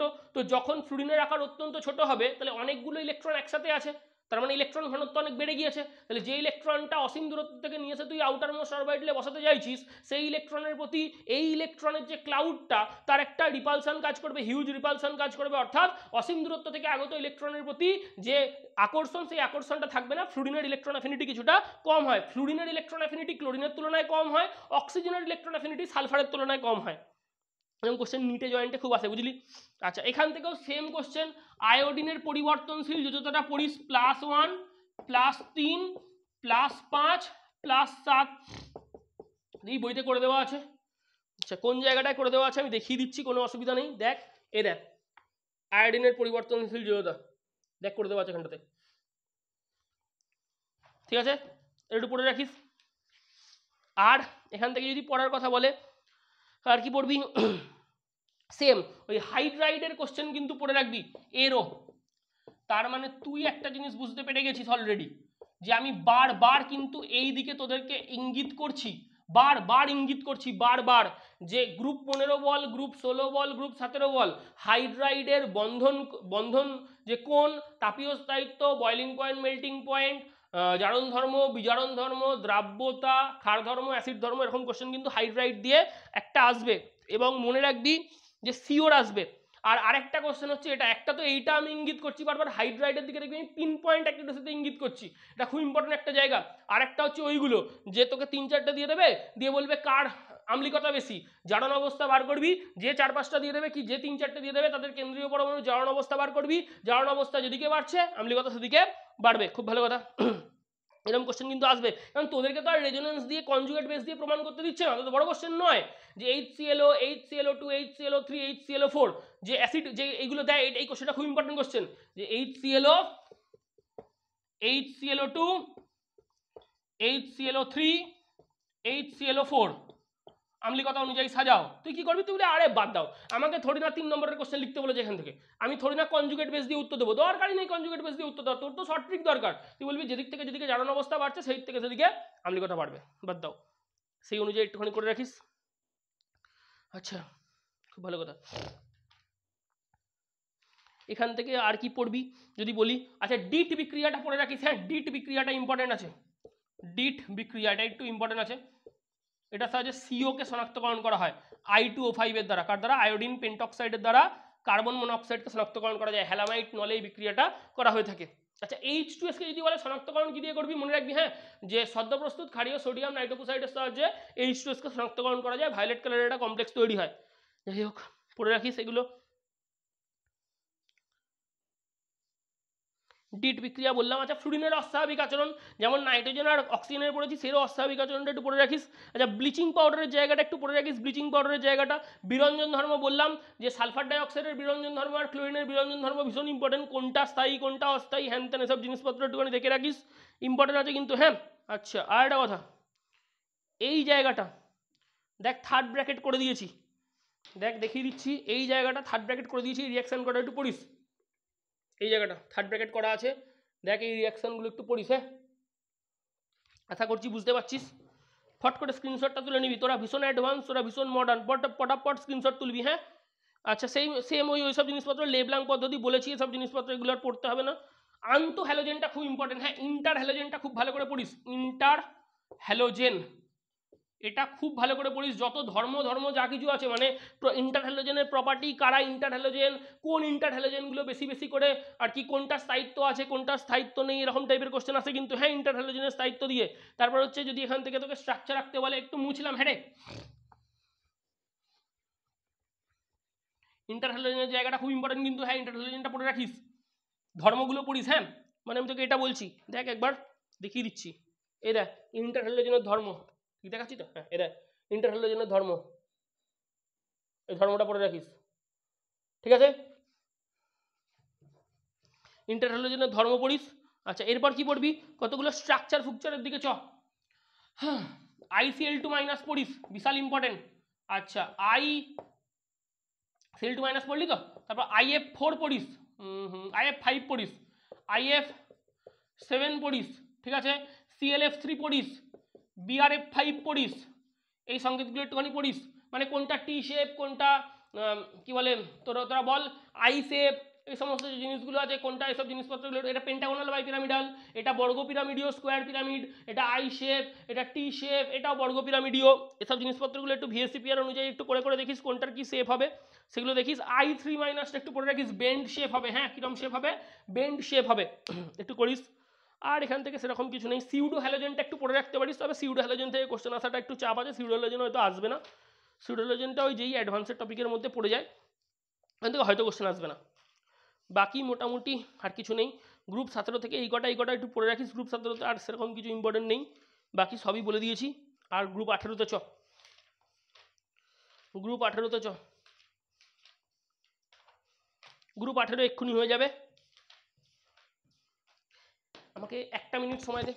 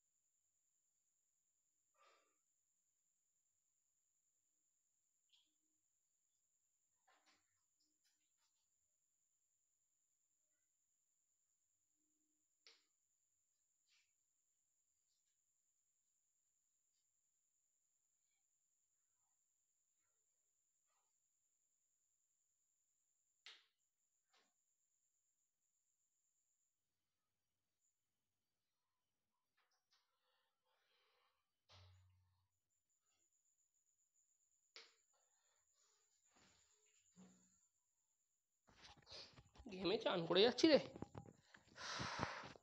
বাপরে। চ লাস্টটুকুনি শেষ করে দিই, গ্রুপ 18 সেম ফিজিক্যাল প্রপার্টি আমরা পড়বো না, তোরা বলবি না 18 মানে ফিজিক্যাল প্রপার্টি একবারই পড়া হয়ে যাবে আর কি, বুঝলি তো। তো ফিজিক্যাল প্রপার্টি আমাদের লাগছে না, ফিজিক্যাল প্রপার্টির জায়গাটা বাদ দিলাম। ক্ল্যাথরেট যৌগ পড়ে রাখবি এখান থেকে, খুব ইম্পর্টেন্ট, খাঁচা যৌগ কে তৈরি করতে পারে কে পারে না, ক্ল্যাথরেট কম্পাউন্ড, এটা ইম্পর্টেন্ট আছে কিন্তু হ্যাঁ, ভীষণ ভীষণ ইম্পর্টেন্ট।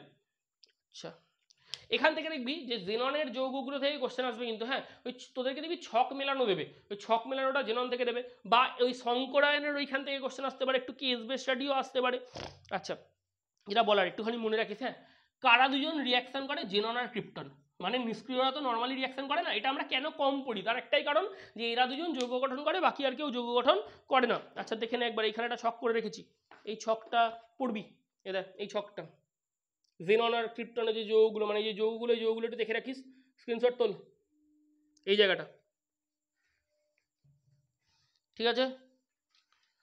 আচ্ছা, যে যে রিয়াকশানগুলো আমি বলছি সেগুলো একটুখানি দেখে নে, আমি বইতে দাগ দিয়ে রেখেছি, যে যে রিয়াকশানগুলোর পাশে দাগ দিয়েছি সেই রিয়াকশানগুলো। হ্যাঁ,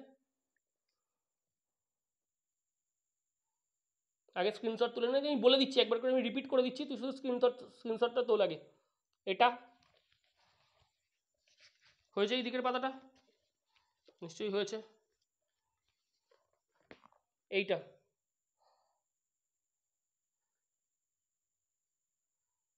করে নিয়েছিস? আচ্ছা, খুব ভালো কথা। এবার শুনে রাখ, আমি পটাপট একবার করে বলে দিই। XCF2 এর গঠন পড়বি, XCF4 এর গঠন পড়বি, XCF6 এর গঠন পড়বি, ভালো করে পড়বি।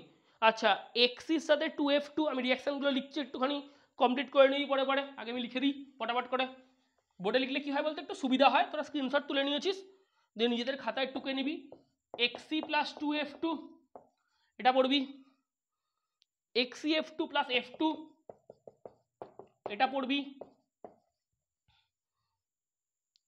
XC + 2F2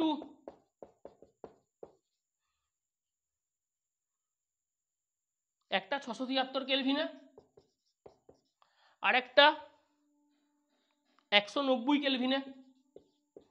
রিয়াকশান কমপ্লিট করবি। হ্যাঁ, স্ক্রিনশট তো তুলে নিয়েছিস, রিয়াকশানগুলো একটুখানি দেখে দেখে কমপ্লিট করবি। XCF4 + জল, এই রিয়াকশানটা পড়বি, XCF4 + জল 155 কেলভিনে। জাস্ট রিয়াকশানগুলো ধরে ধরে বসে বসে একটু বাড়িতে কমপ্লিট করে নিবি। হ্যাঁ, XC + 3F2, XC + 3F2 এটাও কত, 673 কেলভিনে। 600 টেম্পারেচারগুলো ইম্পর্টেন্ট আছে কিন্তু, হ্যাঁ বলে দেবে কিন্তু, 673 কেলভিনে, এটা একটু পড়ে রাখিস। আচ্ছা, এটা টুকে নে, বুঝলাম। হ্যাঁ, এটা একটু টুকে নিস, পজ করিস, দিয়ে টুকে নিস এটা জায়গাটা, পজ করবি, সেট করে টুকে নিবি। হ্যাঁ, তারপর দেখ আর কি হবে, XGF4 + O2F2, XGF4 + O2F2 এটা একটু পড়িস। আচ্ছা, SiO2 + 2 XGF6, SiO2 + 2 XGF6 reaction মুখস্থ করবি কিন্তু, এগুলো পরীক্ষা আসার চান্স আছে। আচ্ছা, XGF6 + জল, XGF6 + জল এটা, XGF6 + 2 অণু জল, XGF6 + 2 অণু জল এটা, XGF6 + 3 অণু জল এটা। তিনটে আলাদা আলাদা রিয়াকশন হবে, এই তিনটে রিয়াকশন খুব ইম্পর্টেন্ট, আসার চান্স আছে। হ্যাঁ, এই তিনটে রিয়াকশন খুব ইম্পর্টেন্ট। আচ্ছা, আর বাকি তো বলে দিলাম, যেগুলো যেগুলো গঠন ফটনগুলো দেখিস। আচ্ছা, XgO3 এর গঠন পড়িস, XgO4 এর গঠন পড়িস। হ্যাঁ, XgO3, XgO4। আচ্ছা, একবার দেখিয়ে দিই তোর সুবিধা হবে, দেখ একবার দেখে নে এই পাতাটার দিকে, দেখ এখানে দেখ XgO3 আর XgO4 এর গঠন এঁকে দেওয়া আছে, একটু দেখে রাখিস XgO3 XgO4 এর গঠন। আচ্ছা, আর এই দিকটার এই ছবি কটা, যতগুলো ছবি আছে একবার দেখে নে এই ছবি কটা। আর সংকরায়ন অবস্থাটাও দেখ এখানে করে দেওয়া আছে, প্রত্যেকটা সংকরায়ন অবস্থা, প্রত্যেকটা সংকরায়ন অবস্থা। আর এই জায়গাটা একবার দেখে নে, স্ক্রিনশট তোল, হয়তো তুলেছি স্ক্রিনশট। আচ্ছা, এবার আমি একবার মুখে মুখে রিপিট করে দিই। আর কি পড়বি, XgOF2 এর অণুর গঠনের আকৃতি পড়বি, XgO2F2 পড়বি, XgOF4 পড়বি, XgO2F4 পড়বি, XgO3F2 পড়বি, আর সংকরায়ন অবস্থা, কেন্দ্রীয় পরমাণুর সংকরায়ন অবস্থা পড়বি এবং গঠনাকৃতি পড়বি, কেন্দ্রীয় পরমাণুর সংকরায়ন অবস্থা আর গঠনাকৃতি। আচ্ছা, এখান থেকে নিয়ন আর আর্গন আর ক্রিপ্টন এই তিনটের ব্যবহার পড়ে রাখবি, নিয়ন আর্গন ক্রিপ্টন সব পড়তে হবে না, মোটামুটি একটু ইম্পর্টেন্ট দেখে এগুলো একটু পড়িস, খুব একটা ইম্পর্টেন্ট, যদি না পড়তে ইচ্ছা হয় পড়তে হবে না। হ্যাঁ, অত কিছু লাগবে না, এই কটা একটু পড়ে রাখিস। শুধু মনে রাখবি ডুবুরিরা যখন জলের তলায় যায় তখন কি নিয়ে যায়, অক্সিজেনের সাথে অপর কোন নিষ্ক্রিয় গ্যাসকে মিশ্রণ রূপে নিয়ে যায়, মনে রাখবি হিলিয়ামকে নিয়ে যায়। হ্যাঁ, একটু পড়ে রাখিস, ইম্পর্টেন্ট আছে, শ্বাসকার্যের সময় হিলিয়াম কাজে লেগে যায়। আর সেরকম কিছু আসবে না এখান থেকে। তোকে জিজ্ঞেস করবে যে নিম্নলিখিত কোনটিকে কাঁচ পাত্রে রাখা যায় না, মনে রাখবি XgOF4 কে কাঁচ পাত্রে রাখা যায় না। আচ্ছা আর কটা জিনিস একটু বলে দিই, কোশ্চেন ব্যাংকটা একটু দেখে নিস। এটা এটা পি ব্লক, এই কোশ্চেন, এই পাতাটা,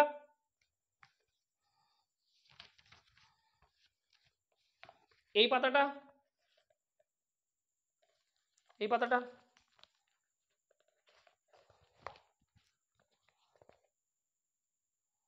আর এই পাতাটা, এই 71টা এমসিকিউ, এই 71টা এমসিকিউ কিন্তু করে যাবি, এই 71টা এমসিকিউ কিন্তু করে যাবি, আর কিছু করিস না করে 60 পড়তে হবে না, এই কটা এমসিকিউটি করে যাস আর টেস্ট পেপারে মোটামুটি 10-12টার মতো পেজ একটু দেখে যাস। পি ব্লকে আর সেরকম কোনো অসুবিধা হবে না, যেগুলো বললাম একটু ভালো করে যাস। হ্যাঁ মোটামুটি সবই বলে দিয়েছি, আর কিছু সেরকম নেই। যদি আমাকে বলিস যে কোনটা খুব বেশি ইম্পর্টেন্ট, সলিউশনের ভিডিওটা দিয়ে দিচ্ছি এরপরেই, এটা একটু বানাতে সময় লাগলো, একটু বেশি সময় লেগে গেলো এটা বানাতে। যাই হোক বেশি কিছু সময় নেই, 1 ঘন্টা তো কতক্ষণ হবে, 1 ঘন্টা 10-15 মিনিট হয়তো হবে। তো 1 ঘন্টা 10-15 মিনিট দেখা কোনো ব্যাপারই না, এর মধ্যে তোর তাড়াতাড়ি পড়া হয়ে যাবে। ওই রিয়াকশানগুলো যতগুলো বললাম সবগুলোর মধ্যে আমি পড়াতে আমি বলে দিচ্ছি কোনটা বেশি ইম্পর্টেন্ট কোনটা কম ইম্পর্টেন্ট। আর যেগুলো বই দেখালাম ওগুলো কিন্তু স্ক্রিনশট তুলে নিয়ে লিখে নিবি, পুরোটা তো লিখতে হবে না, অল্প কটা করে রিয়াকশান আছে ওগুলো একটু লিখে নিবি। হ্যাঁ পি ব্লকটা খুব ভালো করে পড়, আমি আজই সলিউশনের ভিডিও দিয়ে দেবো। আর চেষ্টা করবি কিন্তু যে সোমবার রাতের মধ্যে সব শেষ করে ফেলার, মানে সোমবার সন্ধ্যের মধ্যে যেন সব শেষ হয়ে যায়, সোমবার সন্ধ্যের মধ্যে। তারপর আরেকবার রিভাইজ মেরে দিবি, যেটা ধর একটু কম হলো অর্গানিকের 2-3টে চ্যাপ্টার কি পি ব্লক, সেটা আরেকবার করে রিভাইজ মেরে দিবি কিন্তু। হ্যাঁ একদম সুন্দর করে পড়, হেভি নাম্বার উঠবে, খুব ভালো নাম্বার উঠবে, একদম ঠিকঠাক আছে। সলিউশনের ভিডিও আমি দিয়ে দিচ্ছি, তারপর কিছু কিছু কথা বলবার আছে সেগুলো আমি বলে দিচ্ছি, পরীক্ষা ওরিয়েন্টেড সলিউশনের ভিডিওর মধ্যেই বলে দেবো। হ্যাঁ সলিউশনের ভিডিও এরপরেই আসছে, পি ব্লকটা খুব ভালো করে পড়বি কিন্তু। হ্যাঁ হেভি হেভি হেভি হবে।